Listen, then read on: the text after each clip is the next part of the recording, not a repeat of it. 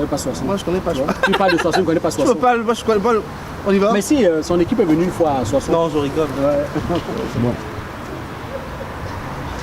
Kamer Djamani Awards 2016, nous sommes à Berlin en compagnie du Dr Armand Ngenkap, qui est un habitué de cet événement. Cette année, vous projetez un film, Le Tueur Silencieux. Oui, tout à fait. Voilà, donc c'est une problématique qui vous tient à cœur. Oui, en fait, c'est une problématique qui me tient à cœur. Je tiens déjà à rappeler que Le Tueur Silencieux, en fait, c'est le premier épisode d'une série sur la santé intitulée Clinique C.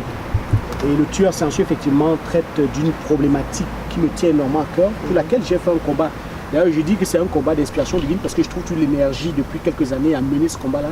C'est le combat contre les AVC. D'accord, je veux dire que pour vous, c'était important de vous greffer à un événement comme les Kamer Diamond Awards, pouvoir communiquer, passer ce message-là. Oui, pour moi, c'est très important. Pourquoi le choix des Kamer Diamond Awards? Oui, c'est très important parce que l'année dernière, j'étais présent à la première édition des Kamer Diamond Awards, où d'ailleurs j'ai eu le prix de l'engagement associatif par rapport à ces combats que je mène contre les AVC, ce combat que je mène aussi avec le soutien des associations contre la mort subite des sportifs. Et pour cette deuxième édition, j'ai estimé qu'il fallait que j'apporte quelque chose de nouveau, à savoir que je porte la sensibilisation sur notamment le dépistage précoce des facteurs de risque, la sensibilisation sur la connaissance des signes d'alerte, des signes annonciateurs d'AVC, et que j'apporte donc cette problématique-là au cœur de la deuxième édition des Kamer Diamond Awards, et que je puisse l'apporter par le visuel. Parce que c'est vrai que j'ai beaucoup œuvré dans ce combat-là en utilisant des supports écrits, des chroniques santé. J'ai beaucoup œuvré en utilisant d'ailleurs la radio, le support radio, mais je me suis beaucoup informé et j'ai compris que nous sommes dans une société qui est surtout basée sur du visuel et qu'on pouvait mieux toucher la cible, mieux sensibiliser le grand public en utilisant du visuel à savoir le cinéma. Depuis que vous êtes lancé dans cette aventure de sensibilisation, est-ce que vous avez le sentiment que le message passe? C'est quoi le retour? Ben, effectivement, le message, pour moi, n'est pas encore passé. Il n'est pas encore passé. Pourquoi? Parce que jusqu'à présent, il y a encore beaucoup de nos compatriotes, de nos frères, de nos sœurs qui meurent d'AVC. Au Cameroun, par exemple, d'après les chiffres de la Fondation Créon, on a un AVC tous les 5 heures. Et je pense que le message sera passé lorsque la mortalité, la morbidité, à savoir le nombre de personnes qui sont atteintes d'AVC par an, aura nettement diminué. Le message pour moi sera passé lorsque les indices de santé, notamment l'espérance de vie des Camerounais ne sera plus de 54 ans comme on le trouve actuellement, que cette espérance de vie aura dépassé les 60 ans. Pourquoi ne pas atteindre les 80-85 ans comme on le trouve actuellement ici en Europe, où j'exerce?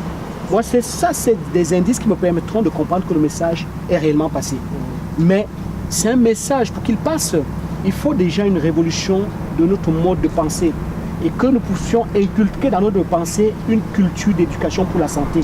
Et que on ne dénie plus la prévention, qu'on n'ait plus peur d'aller vers le médecin, qu'on n'ait plus peur de dépister parfois des maladies que nous avons mais que nous ignorons. Nous finissons par être des personnes qui se disent bien portantes, mais en fait nous sommes des malades que nous ignorons. Et lorsqu'on aura révolué ce mode de pensée, cette mentalité, qu'on saura faire du dépistage précoce, qu'on sera sensible à la connaissance d'un certain nombre de signes d'alerte de ces maladies-là qui nous tuent en permanence, pour moi le message sera passé. D'accord. Quand vous avez parlé avec beaucoup de passion pour se quitter, ce soir il y a la soirée, les awards. Oui. Vous avez des attentes particulières? Ben, vous étiez là à la première édition? J'étais à la première édition.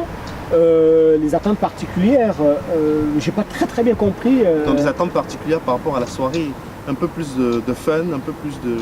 Ben, la première édition était une très grande réussite, mais je souhaite pour cette deuxième édition qu'on puisse retrouver le même engouement, qu'on puisse retrouver la même générosité, qu'on puisse retrouver la même solidarité.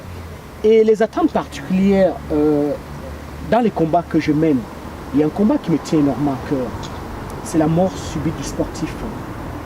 Et nous sommes actuellement dans la diaspora, et moi je souhaite que la diaspora cultive les valeurs de solidarité, de générosité, de fraternité. Et que cette diaspora n'oublie pas ses frères qui sont de l'autre côté au Cameroun. Moi, je soutiens actuellement des jeunes de 7 à 12 ans qui se réunissent autour d'un ballon rond. C'est des petits génies.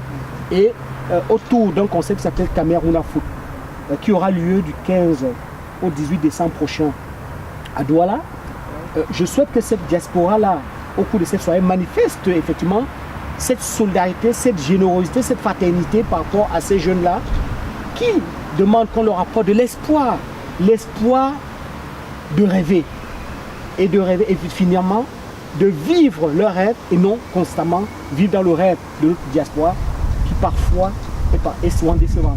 Et j'espère que cette soirée-là, qui a déjà été une grande réussite l'année prochaine, soit une nouvelle fois une soirée où on pourra retrouver une diaspora valorisante, positive, émergente, solidaire et surtout participative dans l'action. Merci beaucoup, docteur, d'avoir répondu à nos questions et bon Camer Germany Awards. Et bon séjour. Merci. Et merci beaucoup. Merci. Et bon retour. Merci.